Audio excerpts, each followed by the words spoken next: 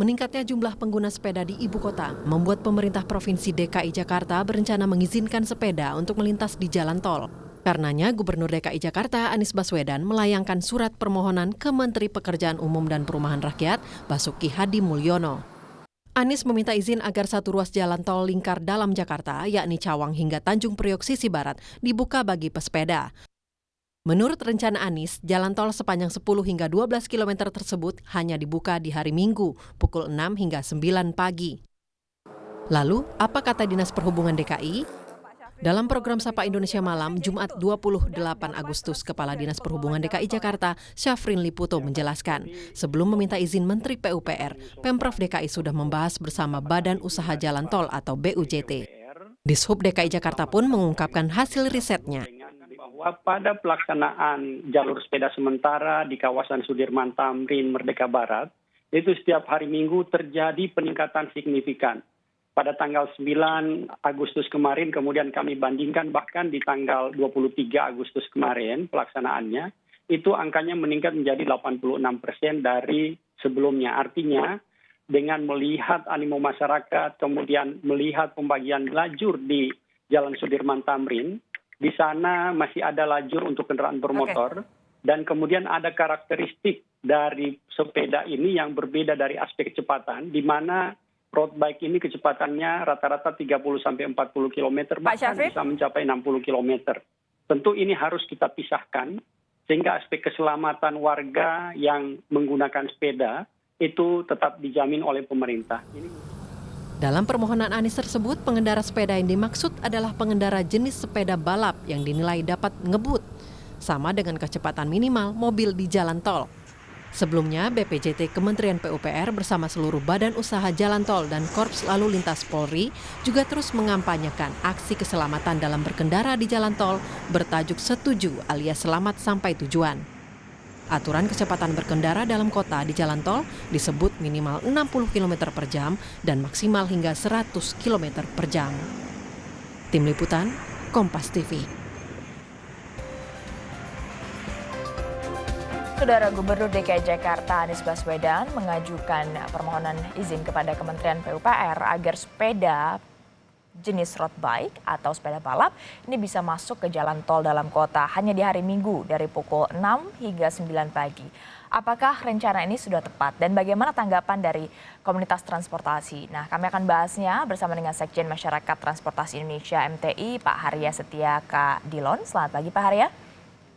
Selamat pagi. Juga ada Kepala Badan Pengelola Transportasi Jabodetabek, Ibu Polana Pramesti. Selamat pagi, Ibu Polana. Selamat pagi, Stefani. Dan juga ada Kepala Badan Pengatur Jalan Tol BPJT Kementerian PUPR, Pak Danang Parikesit. Selamat pagi, Pak Danang. Selamat pagi dan selamat pagi juga ya semuanya para pemirsa Kompas TV.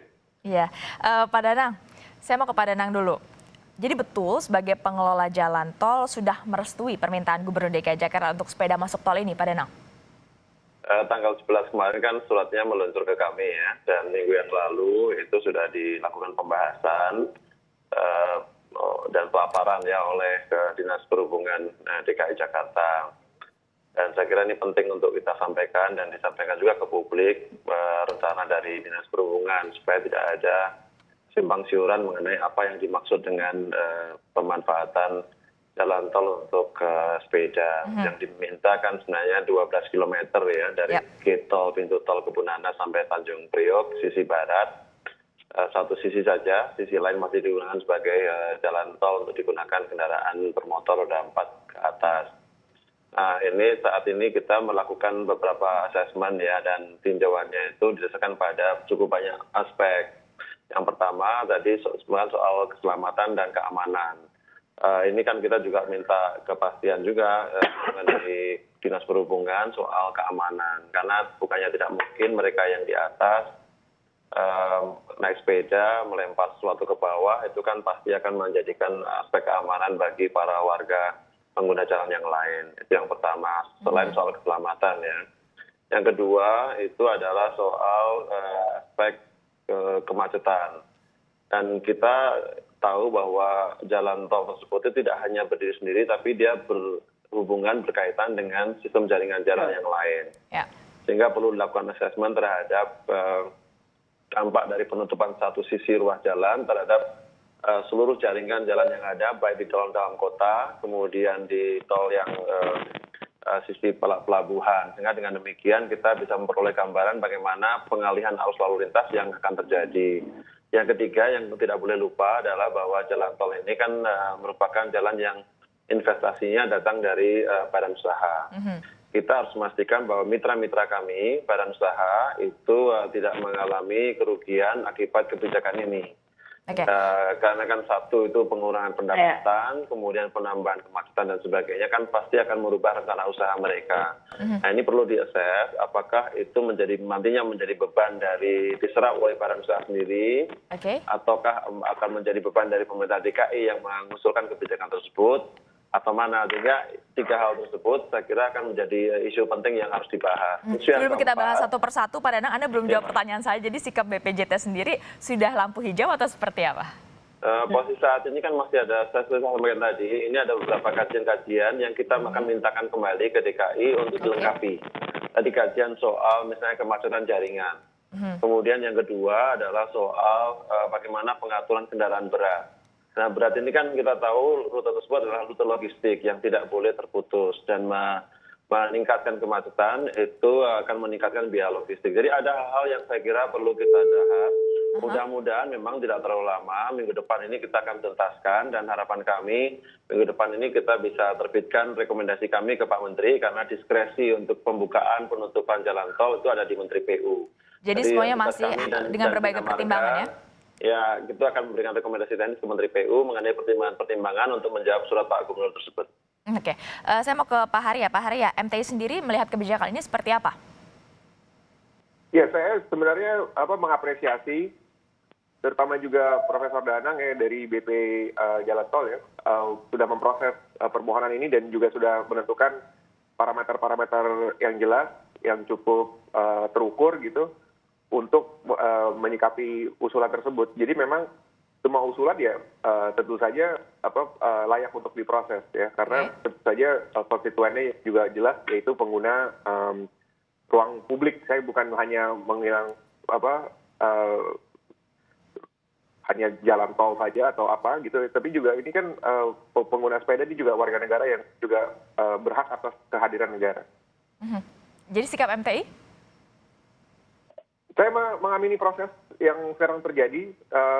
Saya sangat apresiatif BPJT responsif terhadap usulan tersebut dan juga Pemprov DKI ya tentunya sebagai pengusul perangkasa juga tentunya akan taat ya pada norma-norma yang berlaku mengenai jalan tol. Nah, saya mau ke Bu Polana. Bu Polana sebagai pengelola transportasi se-Jabodetabek, mendukung atau punya sikap seperti apa, Bu Polana?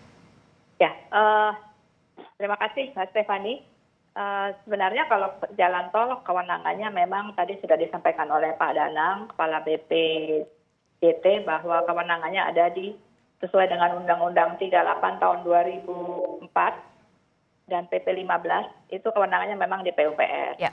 Namun saya sebagai Badan Pengelola Transportasi Jabodetabek, intinya semua sekali lagi sama dengan Pak Haria bahwa alhamdulillah Pak BPJT sudah melakukan kajian-kajian, karena yang paling penting untuk transportasi di jalan tol, apalagi di mana jalan tol itu sebenarnya didesain untuk kendaraan bermotor dengan kecepatan minimal tadi disampaikan 60 km per jam.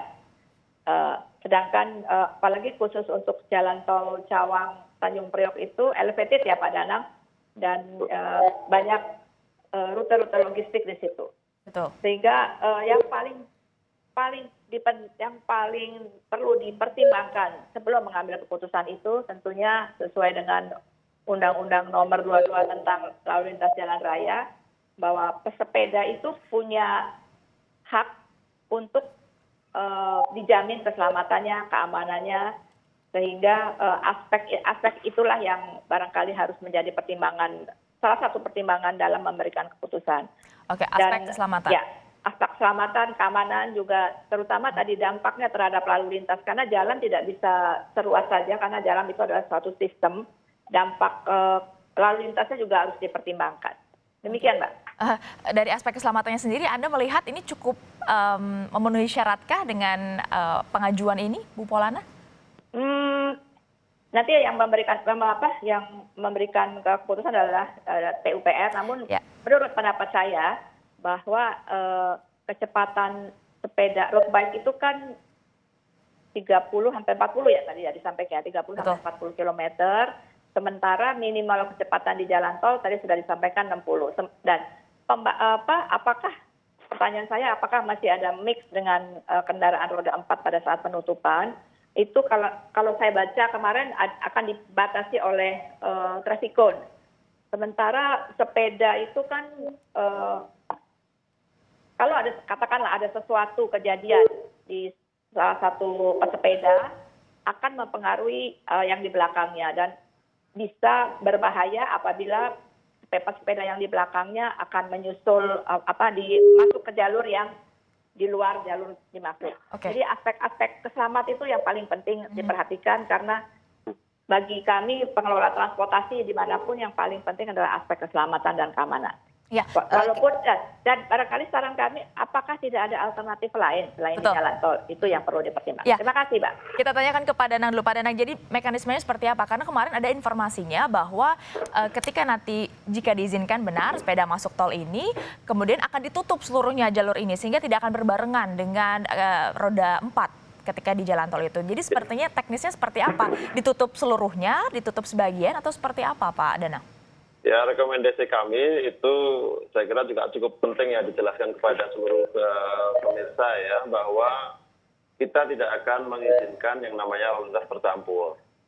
Itu sangat membahayakan. Bahkan kalaupun disertai dengan traffic cone dan sebagainya, itu pasti sangat berbahaya karena tidak ada jaminan bahwa kendaraan itu akan berpindah lajur karena satu dan yang lain hal, bisa karena kecelakaan, kecerobohan, kelalaian dan sebagainya. Jadi rekomendasi kita itu kalau ada tutup itu full closure.